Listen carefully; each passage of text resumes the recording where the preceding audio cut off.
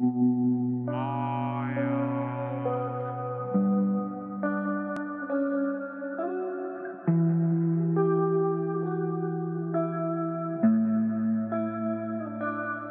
à toutes et à tous, je vous souhaite la bienvenue dans un nouveau numéro des hors-sentiers du LTP.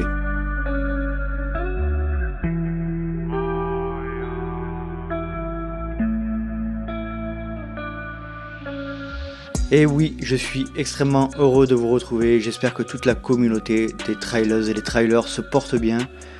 Et vous le savez, les hors-sentiers du LTP, c'est très simple, je fais appel à de précédents invités, je leur demande ce qui s'est passé dans leur actualité depuis leur dernier passage, et puis nous discutons ensemble de un ou deux sujets divers, mais toujours liés au trail. Avant de vous présenter les sujets abordés et mon invité, je souhaitais remercier deux nouveaux Patreons qui ont rejoint la communauté. Je pense à Romain Guyot et Benoît Montel. Merci à tous les deux, merci énormément de nous rejoindre dans cette communauté de trailers passionnés. Et si, comme eux, vous souhaitez nous rejoindre, nous arrivons bientôt à à peu près 40 contributeurs. Donc c'est énorme, c'est en train de grandir. Donc merci à tous.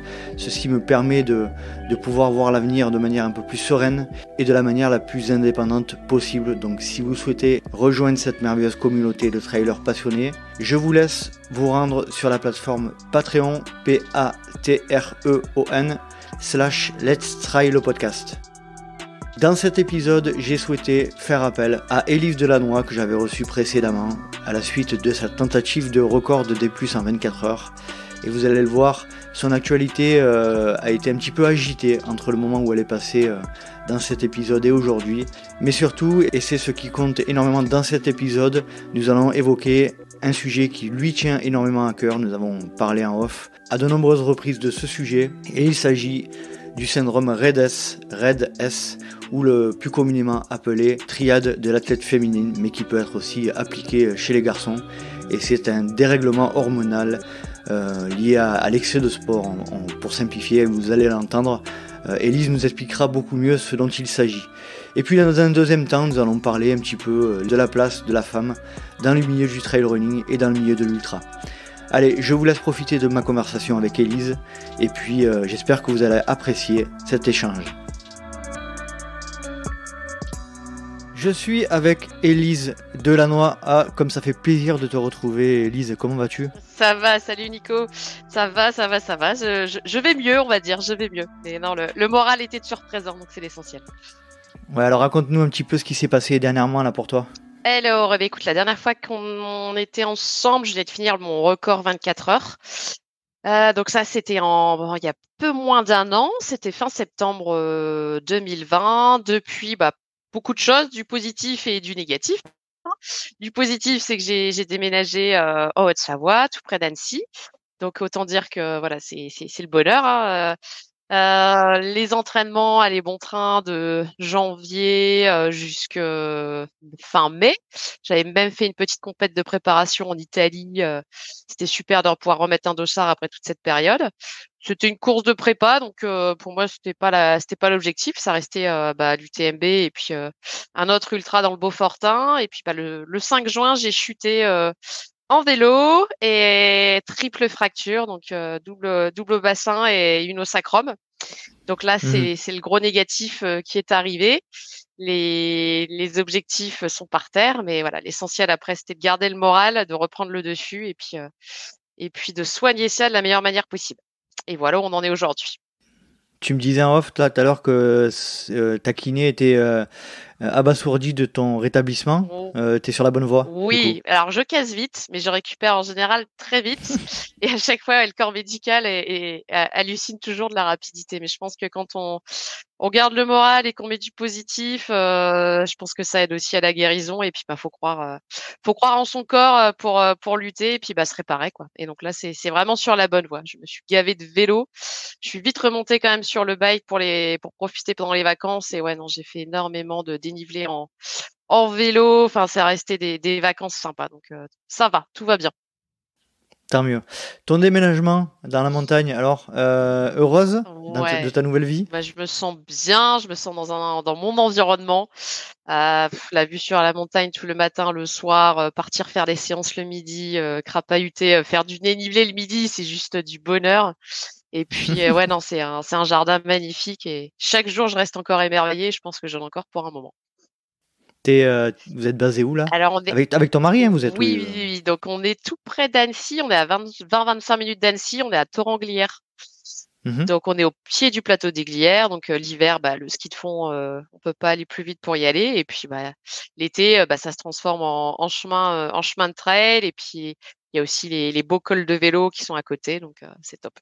Est-ce que tu peux nous parler un petit peu de la période post-blessure, là, post-fracture? Ça a été compliqué, j'imagine, à gérer pour toi. Comment tu l'as vécu cette période? C'était compliqué au début. Bah, après surtout j'avais fait un premier scanner, enfin suite à la chute, je suis pas allée aux urgences tout de suite, hein. On se dit qu'on a mal, mais ça va passer parce qu'on veut pas, Mhm.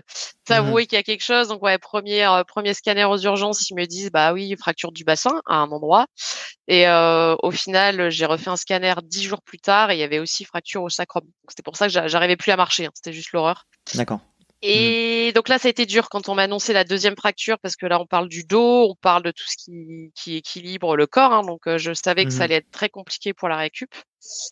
Et bah, j'ai pleuré, hein, forcément, hein, pendant une journée et puis après je me suis, secoué les puces en me disant: «Mais ça va rien changer de d'être dans le négatif, le positif aidera à la guérison donc faut aller de l'avant et puis, fixer, d'autres objectifs». Donc mon objectif, c'était de remonter sur le vélo le plus vite possible et mon médecin du sport, Jean-Charles, m'avait dit: «Bah oui, non, le vélo, il y aura pas de problème, c'est un sport qui est porté» et puis ma kiné Noémie m'avait dit, pareil: «Dès que tu sens que tu peux monter, tu montes». Donc j'ai quand même Mhm. repris le vélo, assez rapidement, hein, on va dire, en juillet, j'étais sur le vélo et puis, bah, forcément, j'avais beaucoup d'énergie à dépenser et puis j'ai vu ça aussi, cette période de juin, comme une grosse récupération. Je me sens là aujourd'hui, là, on est fin août, je me sens en super forme, pleine d'énergie et voilà. Il faut aussi, voir ça comme une période de récupération pour le corps. Donc voilà comment j'ai abordé, cet arrêt.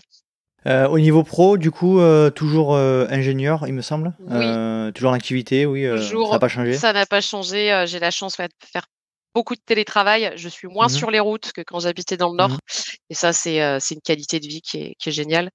Donc Mhm. ouais, non, non, toujours à fond, faut tout concilier mais ça passe. Puis après j'aime bien quand ça vit, quoi. Les retombées, alors j'ai l'impression, tu me diras si je me trompe, mais que ta tentative de record de D+, en 24 heures a plus de bruit que ta performance à l'UTMB.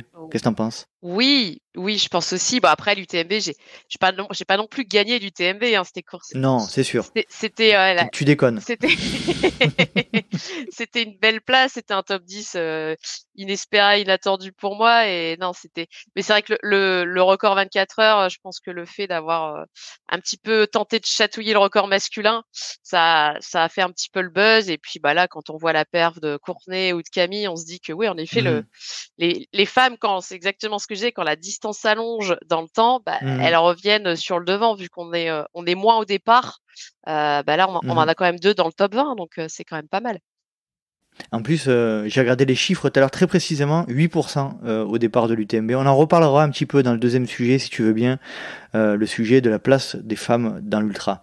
Avant de commencer, enfin, pour commencer, ce hors-sentier, en fait, on a pas mal discuté, toi et moi, sur les réseaux notamment, et tu en avais déjà un petit peu parlé à la fin de notre épisode la dernière fois, et c'est le sujet de la triade de l'athlète féminine, ou de ce qu'on appelle aux États-Unis le Red S. Est-ce que tu peux nous expliquer déjà ce que c'est, Élise? Oui, alors déjà, je te remercie de m'avoir proposé de parler de ce sujet qui est très peu traité, très peu abordé alors que j'ai fait un post, suite à ma chute, j'ai parlé de, bah, la conséquence de ce syndrome, donc au départ, on parlait de la triade de la sportive dans les premières années où ça a été découvert dans les années 2000 et ils ont très vite changé ça en Relative Energy Deficiency in Sport, donc le fameux REDS, parce qu'ils se sont rendus compte qu'il n'y Hmm. avait pas que les femmes qui étaient touchées, il y avait également les hommes. sauf Mmh. qu'on les détecte moins facilement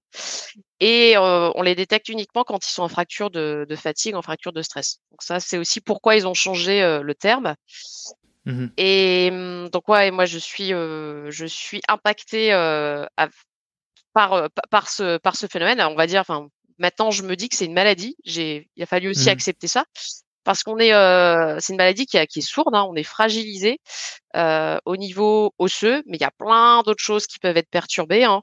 Ça peut être au niveau endocrinien, ça peut être au niveau, de l'immunité, au niveau cardiovasculaire. Enfin, le corps humain est a des il y a quand même de gros troubles au niveau du corps associés, à ça et malheureusement, on en parle peu et suite à mon post que j'ai fait là en juin suite à ma chute, j'ai quand même eu une dizaine de filles, qui m'ont écrit et un homme aussi pour me dire: «Mais en effet, on sait pas, quand on ne sait pas qu'on l'a, bah, c'est dur après quand on nous annonce: "Bah, tu as de l'ostéoporose"».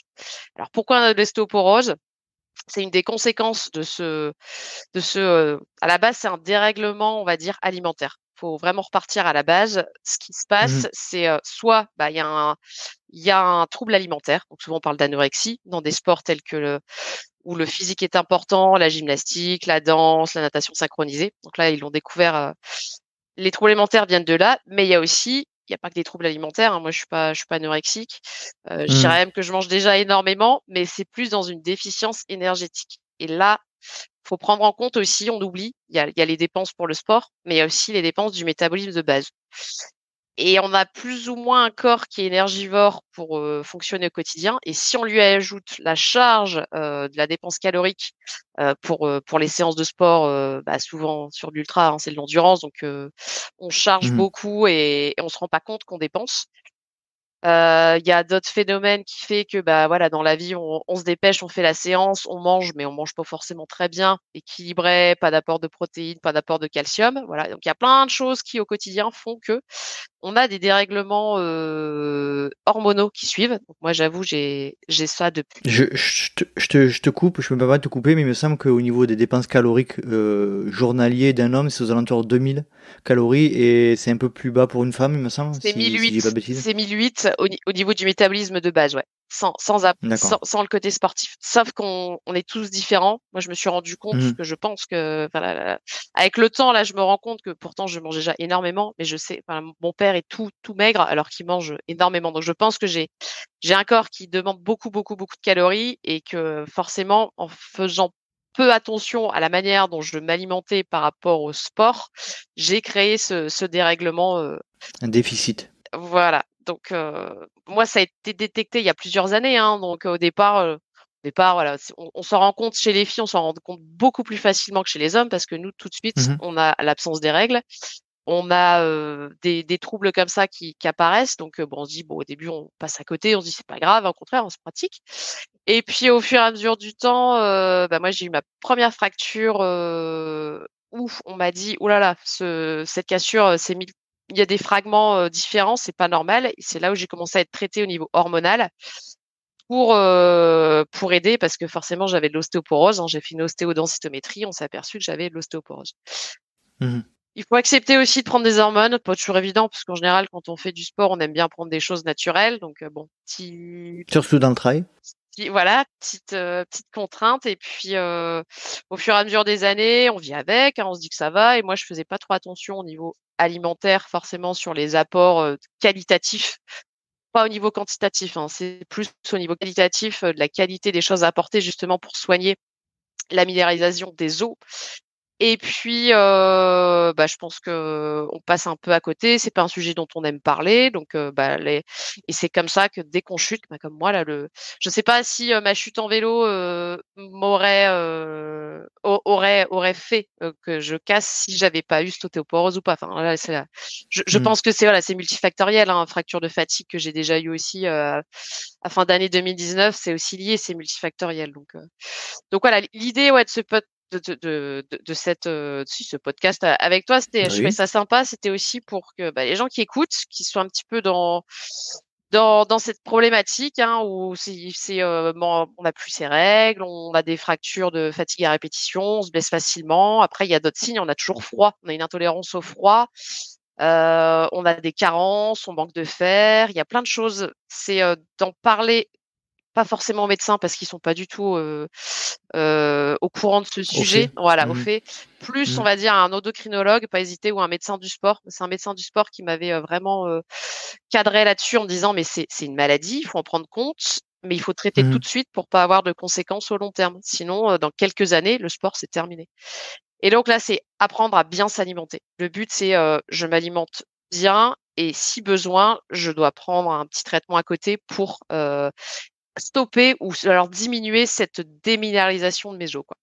Donc ça, faut l'accepter, psychologiquement, des fois, c'est pas toujours évident, mais faut apporter en qualité. Alors déjà, les quantités, chacun se connaît, quand on a faim, on mange, mais il faut vraiment faire attention aux apports en calcium, en vitamine D, en protéines. Il y a pas que les protéines animales, c'est aussi, mettre plein d'oléagineux, mettre des graines, des lentilles, enfin, vraiment faire attention, à tout ça. Donc, j'avoue que j'ai beaucoup travaillé sur, voilà, la qualité de mes On parle repas. aussi beaucoup des oméga 3 aussi, notamment. Aussi de l'huile, L'oméga 3 de hyper important. oui, les Mm. les les huiles, varier les huiles, j'en mets partout. Enfin, j'ai vraiment fait attention alors qu'avant, bah, je mangeais plus vite fait. Il y a un reste de pâtes dans on se dépêche, on fait la séance du midi, il y a un reste de pâtes, on met du fromage, on met ça au micro-ondes, on mange. Mais non, enfin maintenant, faut quand on sait qu'on a un trouble et même si on veut éviter, bah, des carences, hein, faut vraiment quand on fait, ce genre de sport comme le trail, surtout sur les longues séances, c'est vraiment faire attention à la qualité pour pas avoir ces soucis. Mais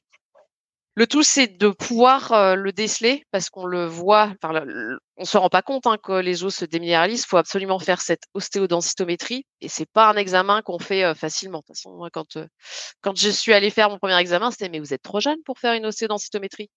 Si, c'est vraiment voilà, c'est pas les médecins traitants sont pas formés là-dessus, donc c'est vraiment se tourner vers les bons spécialistes, les médecins du sport, les endocrinologues qui ont un peu plus de suivi sur la manière de gérer, bah, ce trouble, quoi.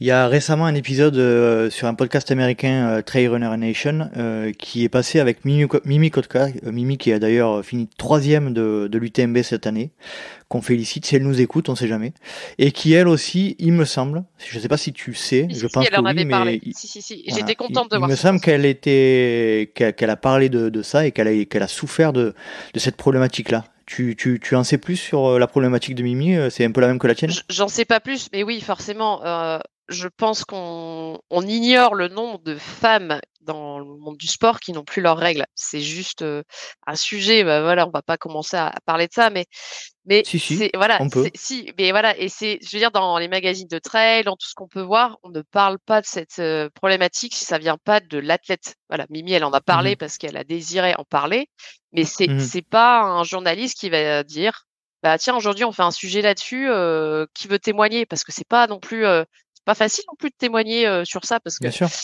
et donc ouais, j'avais beaucoup aimé, que Mimi en parle à l'époque et voilà, ce serait, bien si on arrivait à en faire un sujet, on va dire, commun pour que, au plus on traite le problème quand on est jeune, au moins on se déminéralise, au moins les troubles apparaissent et ça, c'est je trouve, enfin, c'est tous les sports, hein, il y a pas que dans le trail, hein, Mhm.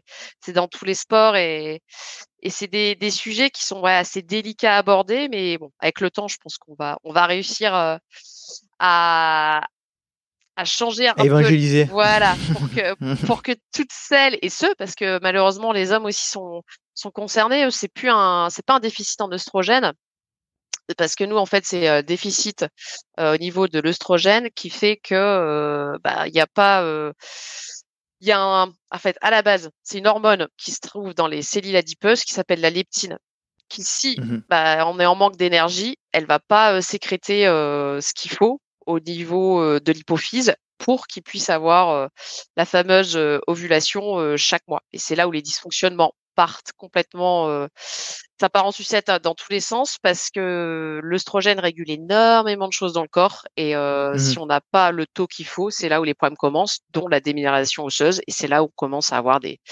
fractures plus facilement et puis malheureusement chez les hommes, on le voit uniquement quand ils en sont à la fracture de stress ou alors avec des fractures à répétition quand ils chutent. Parce que eux, c'est la testostérone et il y a aucun moyen de mesurer, cela, sans en amont, quoi. C'est quand il y a le problème qu'on s'en rend compte, quoi. On appelle ça la triade parce qu'en fait, c'est ce qu'on disait depuis tout à l'heure, hein, c'est dérèglement des habitudes alimentaires 1, aménorrhée 2 et ostéoporose. Voilà. Donc qui est la fragilité osseuse, c'est pour ça qu'on nomme ça la triade. D'ailleurs, donc comme tu le disais, c'est une erreur de l'appeler athlète féminine parce que c'est applicable aussi aux hommes. Est-ce que tu peux parler avec nous pour qu'on puisse un peu comprendre la manière dont tu as compris et dans quelles circonstances tu as découvert que tu avais cette problématique-là? C'était il y a longtemps? C'était récemment? Oui, alors moi, c'était il y a longtemps, c'était en 2015, sur une chute de VTT où là, j'avais, cassé mon poignet et pareil, multifracture, j'avais cassé à 3 endroits, il y avait des petits os un peu partout et c'est là où un médecin m'a dit: «C'est pas normal d'avoir une radio, comme ça pour une femme de votre âge, donc allez consulter un endocrinologue» et c'est là où on a fait ma première ostéodensitométrie, on a vu que j'étais en ostéopénie à l'époque. C'est en quelle année? C'était en 2015, sauf Ah que ouais, c'est j'ai relativement récent quand même. ouais, c'était, pas un sujet que je connaissais Mhm. et j'avais mis ça un peu de côté en me disant: «Bon, bah, c'est tout, OK, je prends le traitement hormonal et puis voilà» et puis j'ai vécu, sans souci, pendant plusieurs années jusqu'au moment où j'ai refait une fracture de fatigue là, fin 2019 après l'UTMB, et là, j'ai vu un médecin du sport qui lui m'a un peu secouée en me disant, Mhm. «Là, on est vraiment dans le syndrome RED-S, il faut se prendre en charge, il faut améliorer l'alimentation, il faut, donc déjà là, j'avais pris conscience d'eux et puis, le traitement hormonal, c'est vrai que, bah, des fois, je le zappais un peu, voilà, faut donc là, il m'a dit: «Non, non, non, non, c'est, il faut vraiment se prendre en charge pour ne pas avoir des conséquences au long terme et comment, on ne sait pas comment tout ça va évoluer en vieillissant. Le but, c'est de pouvoir, profiter, bah, de votre sport, pendant plusieurs années». Donc là, j'ai eu un petit coup, sur la tête et là, j'ai accepté la chose. Donc j'ai accepté, qu'il fallait que je change des choses, qu'il fallait que je sois vraiment, carrée au niveau de ce traitement, de mon alimentation. Donc j'avais déjà fait beaucoup d'efforts jusqu'à ce qui nous amène en 2020, donc aucun souci, hein, tout allait bien et puis, bah, là en 2021, ma chute qui m'a remis dedans, où j'avais, un petit peu, je savais que j'avais ça, mais je mettais ça un peu de côté et là j'ai replongé, vraiment dans l'étude de ce syndrome, de cette, triade, hein, de la sportive et du sportif et puis, j'ai encore amélioré beaucoup de choses dans mon alimentation pour vraiment, pallier au problème et essayer de reminéraliser mes os. Je me suis, un petit peu renseignée et j'ai une amie pharmacienne qui m'a dit que oui, si on avait des bonnes habitudes, si on prenait le calcium qu'il fallait, on pouvait reminéraliser les os sur le long terme. Donc ça, c'était la bonne nouvelle et puis j'ai revu mon traitement hormonal, j'ai revu une endocrinologue ici sur Annecy qui m'a changé mon traitement. Donc voilà. Après c'est Donc il y a des solutions quand il même. y a des solutions. Le tout, je pense que plus on s'y prend tôt, là, j'avais lu un article, si on est sans règles pendant plusieurs années, là, c'est l'horreur, c'est irrémédiable, on déminéralise forcément ses os. Si D'accord. dès les premiers troubles, on se fait prendre en charge, on évite les problèmes au long terme. En fait, je veux dire, il faut pas se dire: «Ah bah, oui, j'ai peut-être des soucis, mais hop, je mets ça sous le tapis, puis bah, si ça casse un jour, on verra à ce moment-là». Non, moi, je regrette des fois de pas avoir été assez sérieuse à partir de 2015. J'ai pris conscience vraiment du problème en 2019, mais 4 ans étaient passés et ce médecin du Ouais, mais sport, t'en entendais pas parler non plus nulle part, donc tu as peut-être pas c'est pris ça, en considération ce que ça pouvait être. exactement et c'est pour ça que je dis que j'aimerais bien que le sujet soit plus commun Hmm. pour qu'on se dise: «Ah bah, ouais, je suis peut-être dans ce cas-là, faut que je consulte». Que moi, je me disais: «Bah, ouais, bah, c'est pas grave, c'est tout, c'est comme ça» et j'aurais ouais, du support, j'aurais rencontré déjà ce médecin du sport avant, ça m'aurait beaucoup aidé. Parce que lui, Hmm. il m'a vraiment secoué pour me faire rendre compte de la gravité de la chose. Parce que c'est quand même Hmm. on touche, c'est quand même dangereux, on touche à des constantes sur le corps humain qui, au long terme, sont irrémédiables, quoi. On voit quelques articles, donc on pense à Distance Plus qui a sorti un article sur ce sujet en juin. On voit le Pape Info aussi qui en a parlé. On en parle effectivement quand même de plus en plus et si je peux, par le biais de ce podcast, faire en sorte qu'on en parle encore plus, eh bien j'en serais ravi. Tu as beaucoup de contacts avec des athlètes ou des sportifs dans ta situation? J'en ai suite à mon poste là du mois de juin, j'ai été, bah, surprise et dans le mauvais sens, c'est d'avoir, des filles qui m'écrivent en me disant: «Merci, merci d'en parler» parce que c'est un sujet Hmm. qui est que je ne connaissais. Alors soit elles savaient pas qu'elles avaient le trouble, jamais elles avaient pensé à ça. Il y en a une, elle a eu une fracture de fatigue peu de temps avant, et c'est là où elle s'est rendue compte qu'elle avait ce problème, mais jamais elle Mhm. s'en était rendue compte. Et d'autres qui sont dans mon cas et qui disent mais en effet on n'en parle pas, on n'est pas assez, il y a pas assez de prévention sur le sujet, et merci d'en parler. Donc ouais, j'en ai eu une dizaine, et j'ai eu un homme aussi qui m'en a parlé, et qui lui a complètement arrêté la course et est passé sur le vélo pour éviter justement les blessures, quoi. Donc c'est vraiment quelque chose qui est présent, qui existe, mais voilà, dont on ne préfère pas parler. Mais Mhm. le but est vraiment de faire prendre conscience que c'est pas ça se le tout, c'est de se faire prendre en charge au plus tôt. C'est ça le message que je veux faire passer.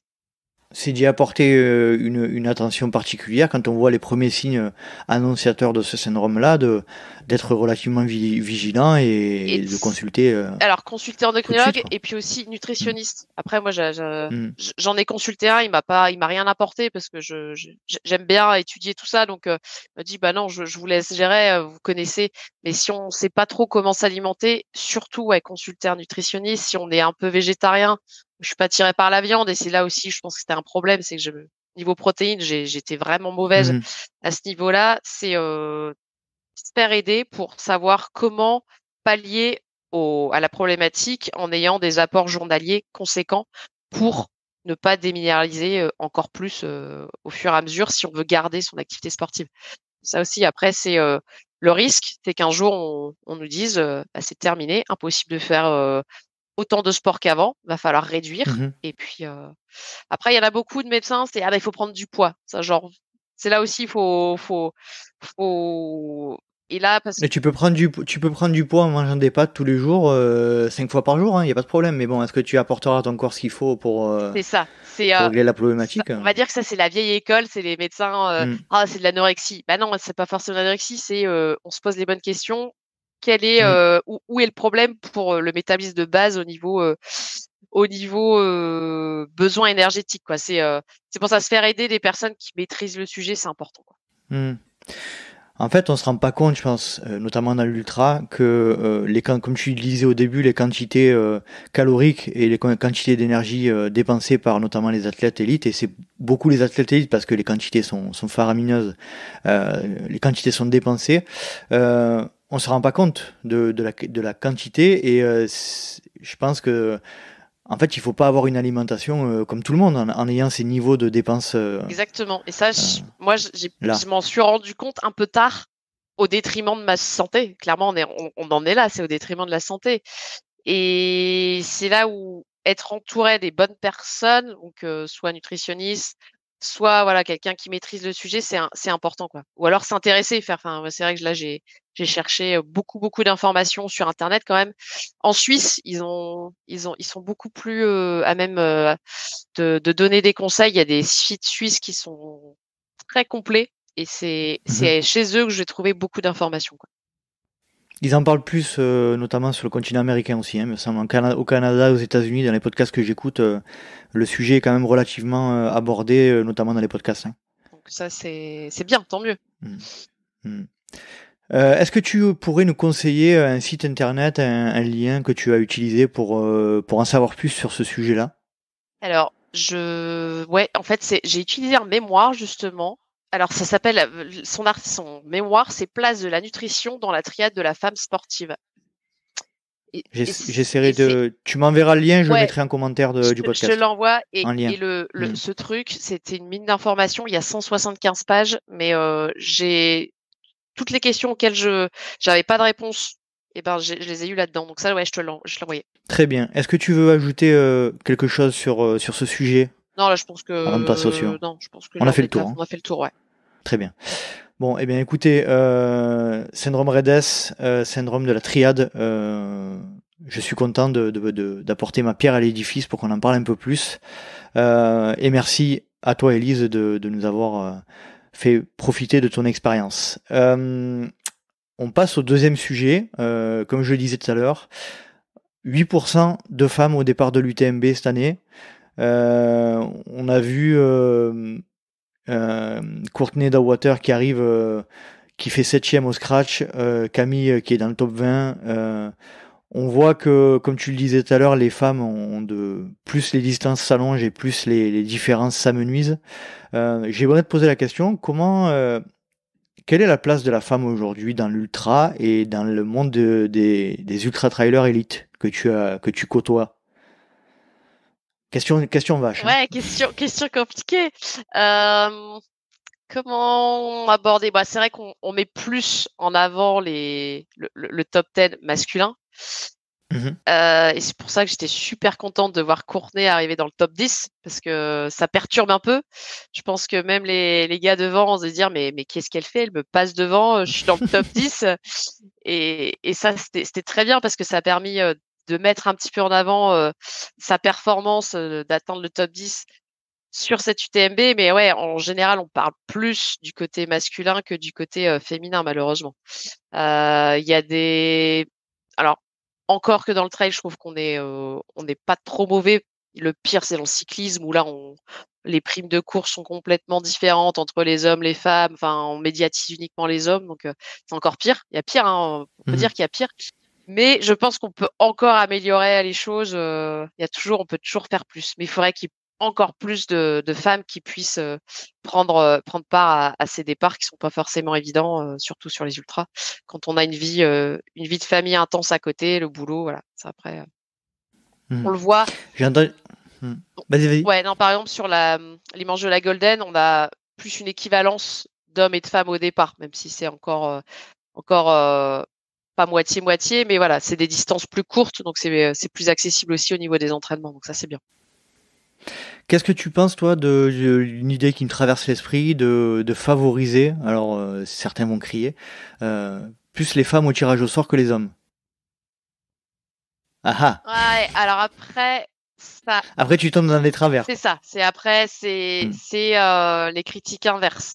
Mais ça Mhm. permettrait peut-être justement d'en avoir plus sur le départ, étant donné que bah, à la base, il y en a forcément moins qui demandent. Donc, quand il y a du tirage au sort, ça pourrait aider. Mais après, ouais, un homme qui est au tirage au sort, il mérite autant sa place qu'une femme, hein. Bien La sûr, passion, elle est la même. Donc là, bien sûr, c'est bien sûr. difficile. Je fais exprès, j'ai Ouais. fait exprès.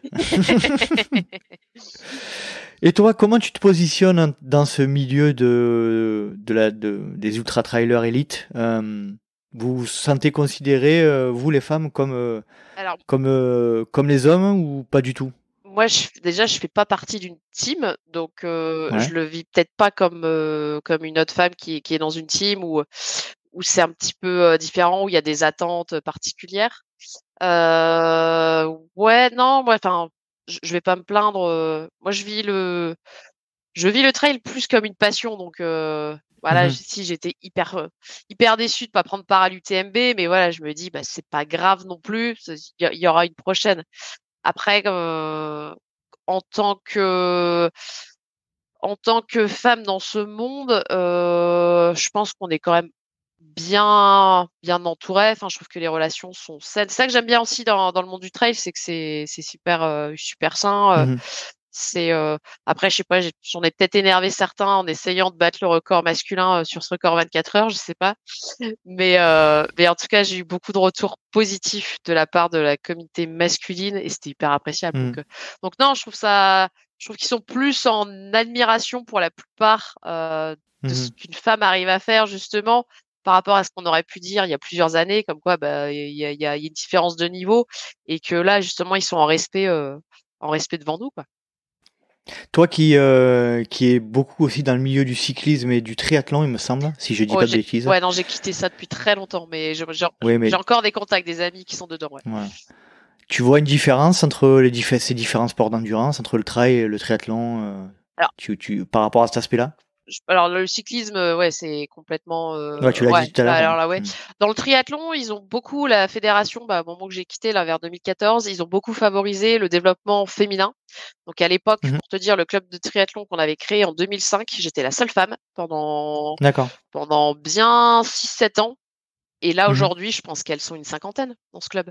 Bon, le club a énormément grossi, mais pour dire que voilà, la part féminine est là, ça veut dire aussi qu'il y a eu des actions et de la valorisation de la femme dans le Mhm. sport, dans le triathlon. Ouais. qu'est-ce que tu peux dire? Est-ce que tu pourrais ton explication par rapport à ce déficit entre guillemets du nombre de femmes sur les ultras? Ça vient d'où d'après toi? Ah bah, c'est la charge d'entraînement. Enfin, perso, j'ai pas d'enfants, j'aurais des enfants, Mhm, je pourrais pas me permettre de faire les mhm, entraînements que je fais aujourd'hui. Il y a quand même mhm, des heures à passer, pour préparer un UTMB, c'est des heures et des heures d'entraînement. On peut pas faire, juste un entraînement en se disant: «Allez, je casse 2 heures ici, 2 heures par là et puis ça va le faire». Bah, non, si on veut performer, on doit passer par des longues séances, par du qualitatif et du quantitatif. Donc pour mhm. pour être au départ d'un ultra trail, il faut du temps et malheureusement aujourd'hui, c'est quand même les femmes qui doivent gérer pas mal de choses à la maison, qui ont un boulot en général à plein temps et donc c'est pas évident. Donc c'est pour ça que la plupart, bah, j'ai pas mal d'amis, hein, qui partent, qui sont sur du 40 bornes et elles disent: «Ouais, non, de toute façon, je pourrais jamais faire plus. Avec leur rythme de vie, je ne peux pas». Elles ont déjà du mal à caser des entraînements où elles ont le droit, on va dire, à leur, compétition et après c'est en off pendant 6 mois et elles reprennent un entraînement pour faire un objectif pendant l'été. Mais c'est à une organisation avec leur mari, il y a les enfants à gérer donc je pense que c'est plus en termes de manque de temps. Si, il y avait plus de temps pour chacune, peut-être qu'on en verrait beaucoup plus sur les lignes de départ parce que je pense pas que ce soit l'envie qui manque à beaucoup, quoi. Ouais, je pense que c'est ça l'explication principale, hein. C'est entre guillemets la culture dans laquelle on baigne depuis des siècles qui fait que la femme, même si ça a évolué quand même beaucoup, on n'en est pas encore à un point où, au niveau des répartitions, au sein des foyers notamment, on est à un stade où la femme peut faire la même chose qu'un homme dans l'organisation, quoi. C'est ça. Je pense que comme toi, ouais, le problème à la base, il est là, quoi. Mhm. Très bien, Élise. Qu'est-ce qu'on pourrait faire de ton point de vue pour améliorer ça? Toutes les nanas qui ont envie de faire un ultra, eh ben, qu'elles disent à leur mari ou à leur, compagnon: «Ben, j'ai un objectif, faut falloir que tu prennes en charge les tâches que je fais pour me laisser Mhm. m'entraîner». C'est imposer son envie parce que, comme je dis toujours, on n'a qu'une vie et il faut pas avoir de regrets donc si c'est un objectif de vie, il faut le faire et le plus vite possible parce qu'on ne sait jamais de quoi demain est fait donc faut juste, concilier, pour une fois, si le mari a lui fait de l'ultra ou il a son sport, bah, voilà, qu'on essaye de concilier pour qu'elle puisse faire son ultra parce que c'est une aventure qui est merveilleuse, quoi. C'est à C'est vivre une clair. fois, c'est si elle a l'envie, hein, faut vraiment avoir envie, hein, faut pas se dire un ultra on en revient toujours à ça, c'est que l'ultra n'est pas le graal ultime, N'est pas une fin en soi. non, si on a l'envie, il faut le faire parce que c'est une aventure incroyable à vivre. Parfait, Elise. Qu'est-ce qu'on peut te souhaiter pour les prochains mois en termes sportifs et puis en dehors du sport? Pouvoir reprendre le trail, pleine Oh là, je sens que tu boules là. pleinement Là, ouais, tu non, là boules. là là, ça va bientôt repartir, ça va bientôt repartir, mais que ça se passe, bah, d'une bonne manière et puis qu'il y a une réussite de beaux objectifs, pour la suite, quoi. C'est juste que, voilà, j'ai pris mon mal en patience donc que ça se passe bien pour la suite, voilà. T'as recommencé à courir? Je courotte, on va dire. Rando course, Tu ouais, courches. depuis je J'appelle ça courche. courcher, moi. Ouais, je courche depuis, 4 jours. Ça fait pas longtemps, hein, mais non, ça fait tellement de bien. Mais j'ai hâte de Ça pouvoir fait du bien. appuyer. J'ai pas le droit d'aller vite en descente. Ouais. Les montées, ça se passe très bien, mais voilà, les descentes, faut y aller tout doux, quoi. Mais non, c'est du bonheur. Donc ça, j'ai hâte que je puisse appuyer sur le champignon. Et tu disais que tu avais remis un dossard sur une course de vélo. Ça te manque, j'imagine, aussi, le dossard en trail? Ouais, mais ça m'a fait du bien. Ça m'a fait tellement de bien d'avoir un dossard et d'aller puiser et de finir, mal Mhm. et puis c'était bien parce que, ouais, j'ai vu que dans le monde du vélo, bah, j'avais terminé 2e donc je me dis: «Pourquoi pas, coupler le vélo aux entraînements trail l'année prochaine?» faire un petit peu des 2 ça donne des idées. C'est ça, je vois le positif en me disant: «Tiens, j'aurais jamais fait ça et ça peut être autre faire une année différente, pas 100 trail mais un peu de vélo intégré, ça pourrait être sympa». C'est un peu c'est un peu le syndrome Covid, quoi. Tiens, si s'il y avait pas eu le Covid, j'aurais pas fait ça comme si, si comme ça. Voilà, c'est un C'est peu ça, ça. voir Il y le a toujours du positif. positif. Exactement. Élise, je te remercie énormément Et pour bah, tout de ça. rien. Et De rien, puis, avec comme je plaisir. dis, je mettrai dans le lien, dans le descriptif de l'épisode, tous les liens dont on a parlé pour que vous ayez vous renseigner sur ce syndrome-là. Merci beaucoup et puis à très bientôt et bonne continuation. Merci Nico. À bientôt. Bye. Ciao. Salut Élise. Bye. Et voilà, cet épisode est à présent terminé. J'espère que vous avez apprécié la conversation que nous venons d'avoir avec Élise. Je la remercie de nouveau du temps qu'elle nous a accordé, du temps qu'elle m'a accordé pour parler de ce sujet qui lui tient particulièrement à cœur. Et puis, il me tarde de pouvoir la retrouver au micro prochainement. Si vous souhaitez rejoindre le LTP sur les différents réseaux sociaux, rien de plus simple, rendez-vous sur Facebook ou Instagram à Let's Trilo Podcast. Vous pouvez également me suivre sur Strava ou LinkedIn à Nicolas Guilleneuf. Et puis vous pouvez également vous inscrire à la newsletter mensuelle que j'envoie et qui vous permet de connaître un petit peu les nouveaux invités à venir et d'en apprendre plus sur les backstage de l'émission. J'espère vous retrouver pour un prochain épisode du Let's Try Podcast. Et d'ici là, n'oubliez pas, si vous pensez que c'est impossible, faites-le pour vous prouver que vous aviez tort. Salut, salut!